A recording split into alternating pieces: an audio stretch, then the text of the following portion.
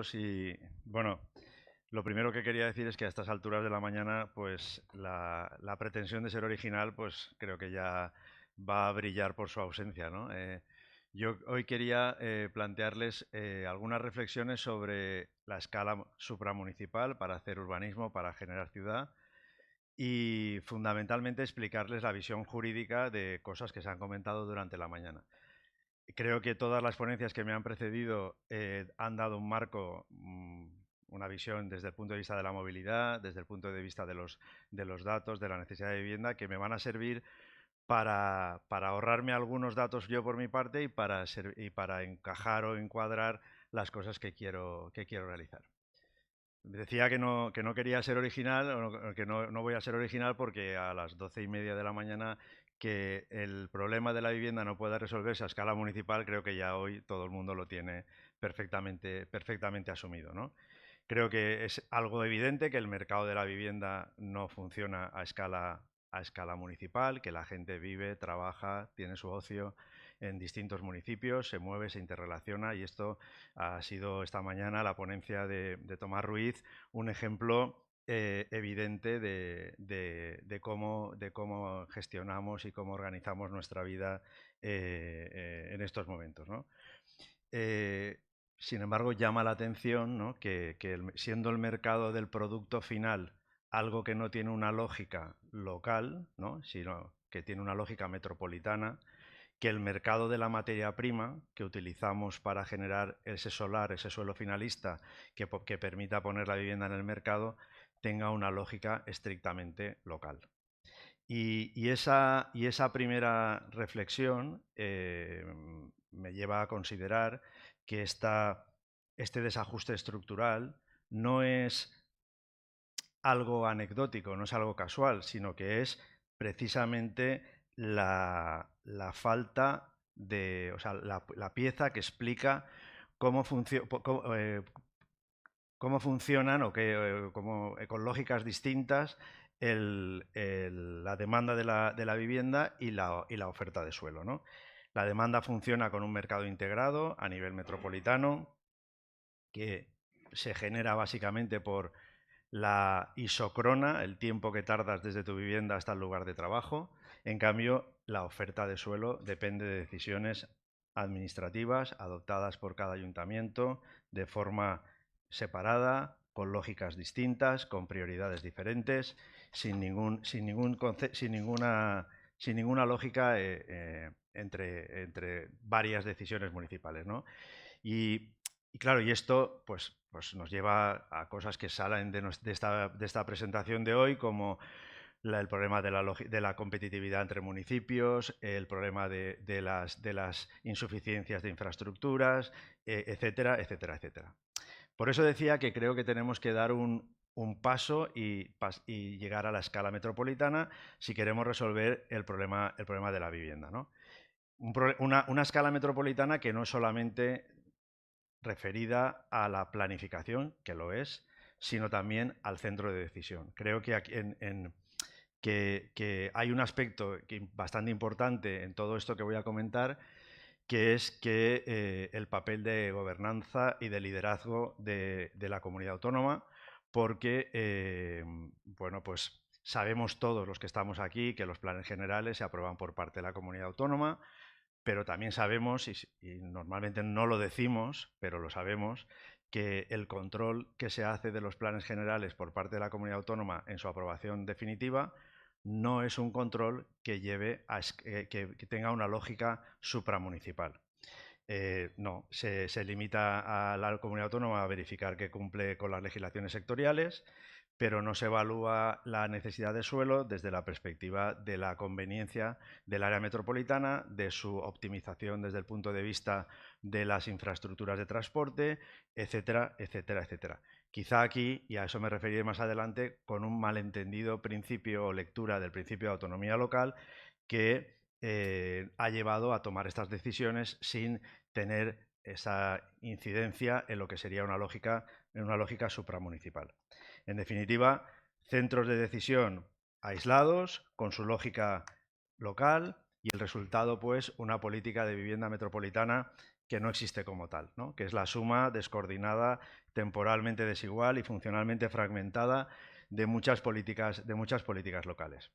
Yo, vaya por delante que yo no quiero reprochar a los ayuntamientos su falta de implicación, sino todo lo contrario. Creo que todos los municipios están haciendo algo para resolver el tema de la vivienda a su propia escala, sino lo que creo es que lo que se pone de manifiesto es que la escala es la inapropiada, que la escala es la ineficiente para afrontar el problema de la vivienda. Y pongo un ejemplo. El Plan Vive, ¿no? El Plan Vive está anclado en una lógica local, en una lógica municipal. Efectivamente, algo hay que hacer. Estamos en un problema de necesidad de suelo, pero no, si lo analizamos con un poco de perspectiva y sin sesgos ideológicos, nos debería de llamar la atención que al Plan Vive se adhieran municipio a municipio y solar por solar cuando el ayuntamiento desea firmar un convenio para adherirlo al plan, pero no todos los solares vacantes del municipio, sino solo el solar que el ayuntamiento no quiere o no puede desarrollar. Claro, así estamos invirtiendo muchísima energía, como acaban de explicar en la ponencia anterior, haciendo actuaciones puntuales, sin tamaño, que dificultan la financiación y lejos de darle un sentido y una orientación de carácter metropolitano, ¿no? Bueno, durante mi exposición intentaré defender una tesis que quiero dividir en tres partes, ¿no? Que el déficit de vivienda que hoy sufrimos no puede superarse a escala local, ni con la suma de muchas iniciativas puntuales. A este ritmo más o menos tardaríamos 100 años en resolver el problema de la vivienda.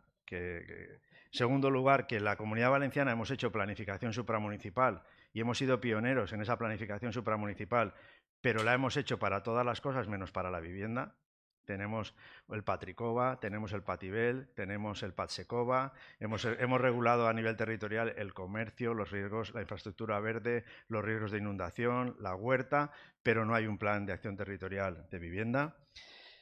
Y que la legislación que tenemos en estos momentos nos permite tener instrumentos que nos permitan realizar una visión metropolitana del problema de la vivienda si aceptamos que el urbanismo tiene que dejar de ser solo competencia municipal. Bien, yo en estos días han dado datos mucho más actualizados que los míos. Yo cogí para preparar esta ponencia los datos del Banco de España que teníamos aquí y los propios datos del observatorio. Ya creo que todo el mundo tenemos claro el déficit de vivienda que hoy han situado en más de 900.000 viviendas. En el año 2029 creo que ayer se dio este dato de que si siguiéramos así con este déficit acumulado de viviendas estaríamos en 2029 en un déficit en España de 900.000 viviendas. El observatorio ha puesto de manifiesto que la oferta de vivienda asequible es casi simbólica en el área urbana. Ya en el último trimestre en el segundo trimestre del 25, el informe del Observatorio de Vivienda ya dijo que en la ciudad de Valencia solamente habían 15 viviendas de protección pública en venta activa, y ahí creo que con eso está dicho todo. Y claro, esta demanda insatisfecha pues no se queda en Valencia. La gente busca su vivienda en la corona metropolitana, igual que busca un piso en Valencia, lo busca en Massanassa, lo busca en Albal, lo busca en Meliana, lo busca en Paterna, porque estamos hablando de necesidad, de una necesidad de buscar vivienda, ¿no? Conclusión de todo esto, pues primero que el déficit de vivienda no entiende de términos municipales, seamos conocedores o conscientes de esto, y que la política urbana de acceso a la vivienda asequible está de facto pues desactivada en las áreas urbanas más tensas donde la demanda es mayor, ¿no? Ya no es relevante el dato de cuántas viviendas se hacen en cada ayuntamiento, sino cuántas viviendas se están produciendo o se pueden producir en el área metropolitana, ¿no? Entonces, y claro, fundamentalmente aquí tenemos una cuestión que nos marca muchísimo, y es que el urbanismo hoy presenta una lentitud desesperante y que los esfuerzos del legislador por recortar plazos chocan con un contexto normativo y burocrático que los hace inoperantes en su mayor parte, ¿no? Entonces, y yo digo, como se dijo ayer en una de estas sesiones, si estamos en emergencia, pues las soluciones tendrán que ser de emergencia, ¿no? Es decir, si el objetivo es responder a una emergencia social, pues hay cosas que no se pueden, que tienen que acabar, y estos tiempos son sencillamente incompatibles. Pero no solamente es esto, sino, por eso decía que se plantea una visión disruptiva de todo el sistema y yo creo que una de las partes que ayuda a esto es la escala supramunicipal, ¿no? Pero sobre todo porque si un análisis, digamos, un poco separado de del entorno que nos envuelve, que muchas veces todos los que nos dedicamos a este sector estamos tan metidos en él que no somos capaces de tener cierta perspectiva, ¿no? Es decir, durante años, por ejemplo, ¿no? Durante años hemos confiado en que las reservas de suelo para vivienda protegida, los planes generales, iban a ser suficientes para atender la demanda de esa vivienda. Y hemos establecido normas que han definido unas reservas de suelo obligatorias para hacer vivienda de protección oficial en esos planes. ¿Cuál ha sido el resultado? Pues que por mucho suelo que haya, por mucho suelo que haya clasificado como suelo apto para vivienda protegida, no es suficiente para que ese suelo se desarrolle. Existen otros factores, la financiación, la demanda, mil factores. Y además hemos cargado con una carga adicional en la vivienda libre que, como consecuencia de la imposibilidad de repercutir cargas en la vivienda protegida, se ha visto incrementada con las cargas adicionales. Yo creo que durante las sesiones que hemos estado estos días aquí en la jornada hemos visto que hay aspectos mucho más importantes, como el coste de la vivienda protegida, como la tipología, como la necesidad de adaptar el módulo, otros aspectos que son más importantes a la hora de promover esa vivienda y que no se hace nada por resolver, ¿no? Ayer, hoy lo han citado también, pero ayer también me llamó la atención esa presentación que empezó con unas imágenes del nodo de hace 60 años, donde se inauguraban 1000 y pico viviendas en la Comunidad de Madrid, y preparándome la ponencia me hacía yo la reflexión de que hace 60 años no había suelo clasificado para vivienda protegida, ¿eh? Eso ha sido una novedad de los últimos 15 años. Y sin embargo se hacían viviendas protegidas. ¿Por qué? Porque había un mercado. ¿Por qué? Porque a lo mejor no está tanto en regularlo todo, sino en dejar que la lógica del mercado funcione, ¿no? Y probablemente tenemos la perspectiva, tenemos la perspectiva de regularlo todo y a lo mejor quizá uno de los elementos disruptivos que habría que empezar es a decir que habría que regular menos y que dejar que la oferta y la demanda funcionara con cierta libertad, ¿no? Bueno, hablemos un poco de la planificación supramunicipal. Me sirve estupendamente bien como introducción la presentación estupenda que ha hecho Julián Salcedo, porque nos sirve un poco de contraste para ver lo que quiero explicar. La Comunidad de Madrid nos acaban de decir que en una ley del 24 han previsto un plan a nivel comunidad autónoma que se le llaman de estrategia territorial. Vale, nosotros lo tenemos desde el 2011. La Comunidad Valenciana fue pionera en establecer un planeamiento a nivel comunidad autónoma, siendo una comunidad autónoma pluriprovincial, en la que se establecían criterios de ordenación del territorio a nivel comunidad autónoma. Lo paradójico de esto es que esa estrategia territorial, que como instrumento era un instrumento súper adecuado para establecer una ordenación del territorio coherente a nivel de la comunidad autónoma, pues a nadie nos gusta, y encima su aplicación está siendo un freno absoluto a la hora de planificar el suelo en la Comunidad Valenciana. Sobre este punto, deciros que yo creo que algo que todos sabéis, que la estrategia territorial ha sido interpretada y aplicada con quizá excesivo sesgo ideológico y sobre todo que algo que el sector pocas veces comenta contiene índice máximo de ocupación de suelo, el famoso IMOS, que se establece es una fórmula matemática que está en función de el suelo sellado existente en el término municipal y el crecimiento demográfico estadístico de los últimos 5 años, que lo que hace es impedir al ayuntamiento la reclasificación de suelo por encima de un tope. Esto ha sido el freno fundamental de las políticas de crecimiento de suelo en toda la Comunidad Valenciana. Hay un freno legal, a la clasificación de suelo más allá de lo que resulte de una fórmula matemática, ¿no?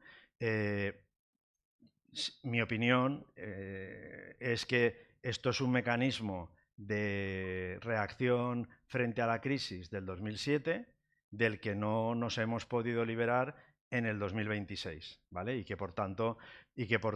algo tendríamos que hacer en relación a esto, ¿no? Por otra parte, quizá por esa aplicación, digamos, excesiva de la estrategia territorial, el carácter vinculante de sus criterios ha sido ahora dejado sin efecto como consecuencia de las últimas normas de simplificación administrativa que ha aprobado la comunidad autónoma, y nos estamos moviendo otra vez en el movimiento pendular en el que, al quitarle la fuerza vinculante, ningún ayuntamiento está haciéndole caso a la estrategia territorial, y los aspectos que eran positivos, que era la visión de conjunto y la planificación estratégica y coordinada de las implantaciones de suelo industrial, terciario o residencial en el entorno de las infraestructuras existentes, etcétera, se está perdiendo. Con lo cual, hemos pasado de ser un freno a ahora hacer cada uno la guerra por su cuenta, ¿no? Yo, sinceramente, creo que estas son cuestiones, como decía, pues que tendríamos que resolver, ¿no? Tenemos un plan del litoral, de la huerta, de inundaciones, pero no tenemos nada que tenga una visión supramunicipal de la vivienda, ¿no? Bueno, aquí, ¿por qué? Pues bueno, porque, ya digo, creo que aquí tenemos un gran vacío y que debería de intentar resolverse superando esa escala metropolitana, esa escala municipal, y aprovechando, y esta es un poco, digamos, la segunda de las cuestiones que quería trasladar, aprovechando los instrumentos que tenemos en estos momentos,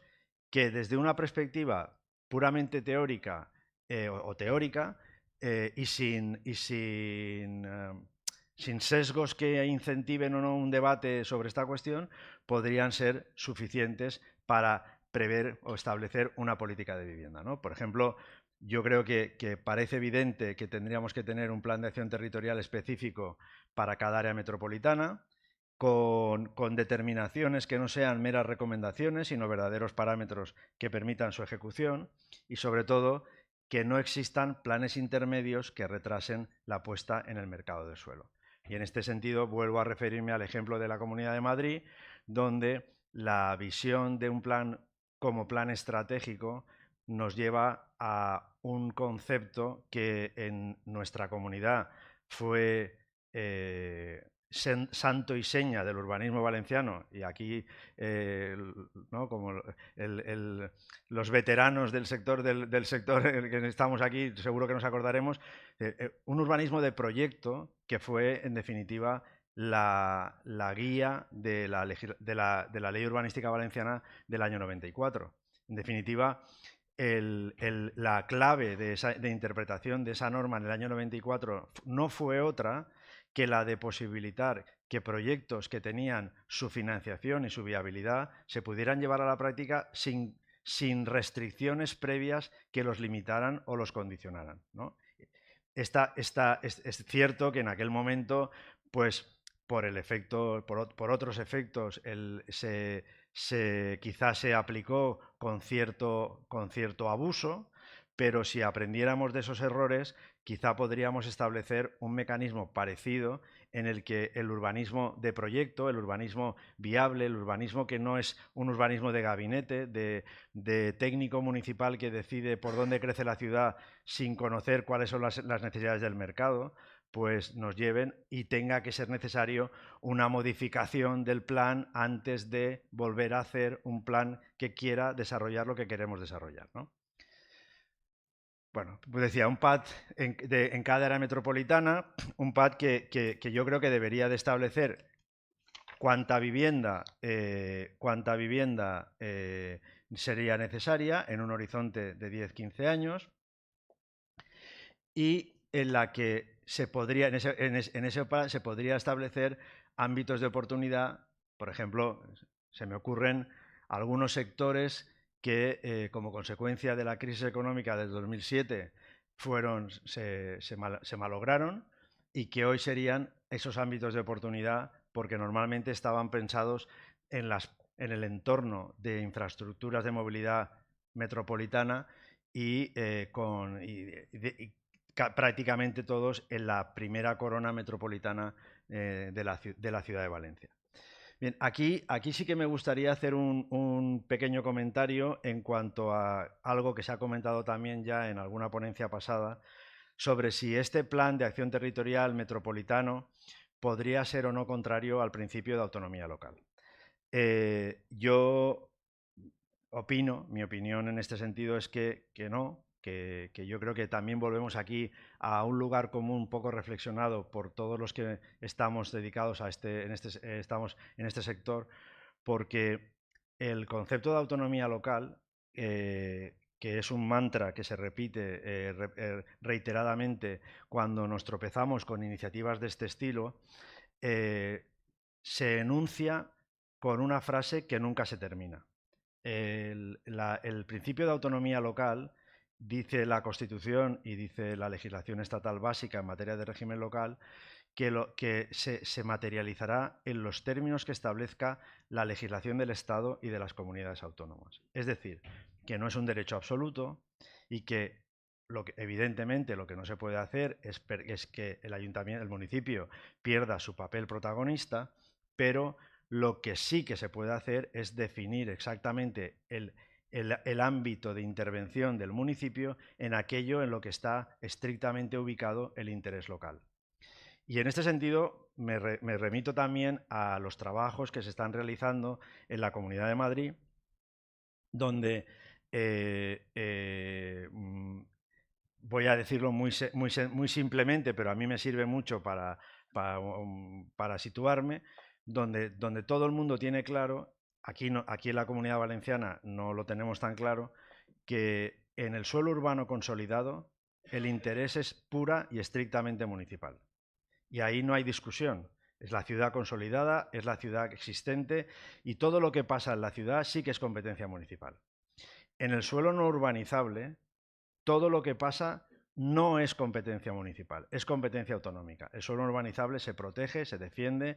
y no es necesario desclasificar o desproteger ámbitos que constituyen nuestro entorno ambiental cotidiano, necesario o, como algún autor ha escrito, nuestro paisaje emocional. No es necesario no es necesario cargarse estas figuras, al contrario, es necesario protegerlas y preservarlas. Pero en el suelo urbanizable, es decir, por donde va a crecer la ciudad, lo lógico sería que ayuntamiento y comunidad autónoma pactasen un crecimiento estratégico, un crecimiento vinculado al estado de las infraestructuras, un crecimiento estratégico vinculado a los servicios y a las infraestructuras que existen y una vez pactado los ámbitos de crecimiento mayores con la gestión más complicada, donde se requieren más medios, que los asumiera la administración que tiene esos medios y los ámbitos de menor entidad los asumiera la entidad que tiene menos medios. Es así de sencillo, o debería de ser así de sencillo. Esto no lo recoge nuestra legislación, que lo contempla de otra forma totalmente distinta, y esto es una idea que está detrás de los trabajos que se están haciendo en la Comunidad de Madrid, que plantean ese urbanismo de proyecto y que yo creo que que en estos momentos pues, van a marcar el desarrollo del urbanismo en todo el Estado español cuando se apruebe esa legislación en la que Julián está siendo uno de los ponentes y que nosotros como profesionales estamos siguiendo tan de cerca porque creemos que va a marcar la pauta de por dónde van a ir las cosas en los próximos 10 o 15 años. Bueno, dicho lo cual y dejando claro que no se está afectando a la competencia municipal, bueno, pues lo lógico sería que, que existiera este contexto y que volviéramos o nos girásemos a la estrategia, a la escala metropolitana para ver cómo se tiene que acometer estas actuaciones. Desde el punto de vista de la financiación no voy a decir nada porque hoy tenemos el placer de retener me va a seguir en la palabra el presidente del ICO, Manuel Illueca, y creo que con más autoridad, no hay nadie en España con más autoridad que él para hablar de financiación en este volumen. Yo voy a aportar mi granito de arena en cuanto a lo que pueda aportar el urbanismo respecto de el enorme volumen de inversión que puede ser necesario para desarrollar estas intervenciones potentes en el área metropolitana y sobre todo en el tema de la colaboración público-privada. Vamos a ver. Indudablemente, como he dicho al principio, la línea debería de ser, o las decisiones del mercado están vinculadas al tiempo de trayecto entre la vivienda y el trabajo en una ciudad y en un entorno metropolitano interrelacionado como el nuestro. Unos desarrollos de estos ámbitos de oportunidad que podían ser sectores con capacidades, no sé, estoy imaginándome algunas actuaciones que supongo que muchos de los que están aquí en la sala pues se acordarán, pues como el Nou Milenio en Catarroja, donde tenía 16.000 viviendas previstas. Hoy en día el Ayuntamiento de Catarroja está pidiéndole a la Generalitat que desclasifique, si no lo ha hecho ya, ese suelo para convertirlo en suelo no urbanizable, por ejemplo, y ahí habrían 16.000 viviendas a 8 kilómetros de Valencia, o el Nou Manises, que tenía 20.000 viviendas, que también fastidiado o atacado por sentencias que lo anularon por probablemente cosas mal hechas, pero que ahí teníamos otro sector. Digo que este tipo de actuaciones con gran capacidad, con gran volumen, atractivas para la inversión, que permitiría la captación de fondos, etcétera. Bueno, pues evidentemente, estas grandes cantidades de vivienda requerirían un suplemento de las infraestructuras a nivel metropolitano y otras que serían las propias del sector. Yo creo que no sería descartable ni algo a rechazar de inicio que se pudiera establecer que dentro de las cargas de urbanización estas actuaciones asumieran, por supuesto, el importe de las cargas de urbanización propias del sector, pero que hubiera una contribución a la realización de infraestructuras metropolitanas que, complementando la aportación pública del presupuesto de la comunidad autónoma, permitieran hacer efectivos y viables esas actuaciones que no se están desarrollando. Quiero decir, el urbanismo yo creo que tiene mecanismos e instrumentos que permitirían, dentro de una lógica económica y dentro de la viabilidad económica del proyecto, el poder colaborar o comprometer recursos que contribuyesen a la puesta en valor de esas actuaciones que son tan necesarias para resolver el problema de la vivienda. Y obviamente estoy hablando de una cooperación y de una colaboración en la que, como no puede ser de otra manera, se ha de respetar la legislación básica del Estado y los derechos de los propietarios y,